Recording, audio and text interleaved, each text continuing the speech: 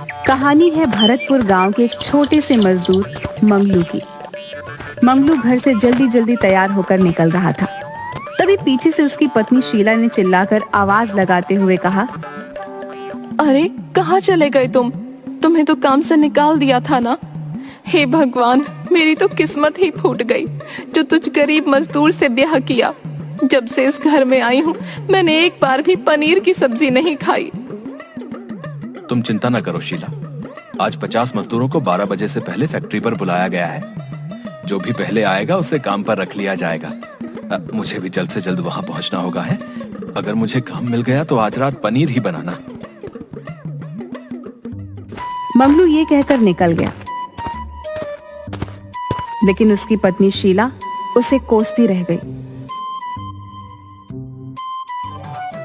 रास्ते में मंगलू ने देखा कि गांव के चौराहे पर एक बच्चा एक कोने में बैठा हुआ वहां से आ जा रहे लोगों को देख रहा है। कोई उस बच्चे के पास रुक क्यों नहीं रहा है? ओह हाँ, सबको तो जल्द से जल्द फैक्ट्री पहुंचना होगा। पर वो बच्चा मुझे इस गांव का नहीं लग रहा। न जाने कौन है, पर दिखने में तो अच्छे घर का लग रहा है। लेकिन इसे अकेले छोड़कर मैं जा भी तो नहीं सकता।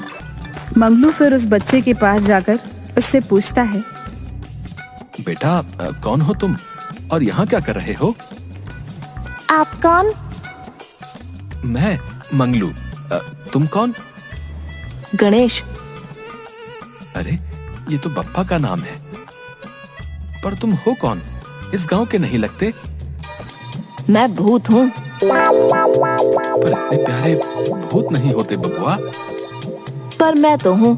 तुम कौन हो? मैं मंगलू हूँ। तुम कौन हो? मैं गणेश हूँ। अरे नाम नहीं पूछा।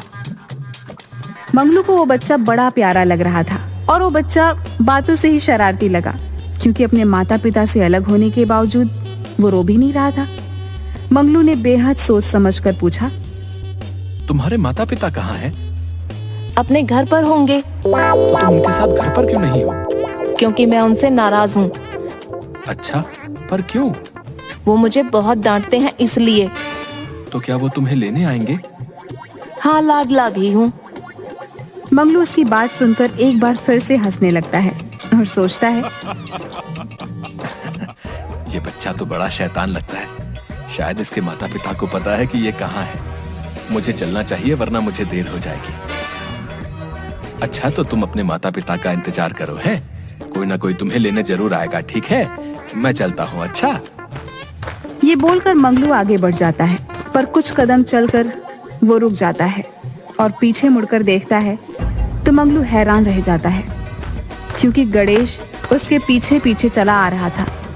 अरे तुम मेरे पीछे क्यों आ रहे हो? वहीं बैठो, तुम्हारे माता पिता तुम्हें लेने आ जाएंगे। जाओ। नहीं, मैं तुम्हारे साथ ही जाऊंगा। अरे बिटुआ, मुझे फैक्ट्री जल्दी पहुंचना है और तुम्हारा वहाँ कोई काम नहीं है। नहीं नहीं, मुझे तुम्हारे साथ जाना है। गणेश दौड़कर उसके पीछे आने लगता है। तभी एक पत्थर से टक्कर खाकर वो नीचे गिर जाता है, जिससे उसकी चीख निकल जाती है। आ! मंगलू जल्दी से उसके पास आकर उसे उठाते हुए कहता है, अरे रे, गिर गए ना। क्यों पीछा कर रहे हो मेरा बिटुआ? वहाँ बैठ क्यों नहीं जाते? मुझे तुम्हारे साथ आना है। पर मैं तो काम से जा रहा हूँ, खेलने नहीं जा रहा। मुझे भी तुम्हारे साथ चलना है।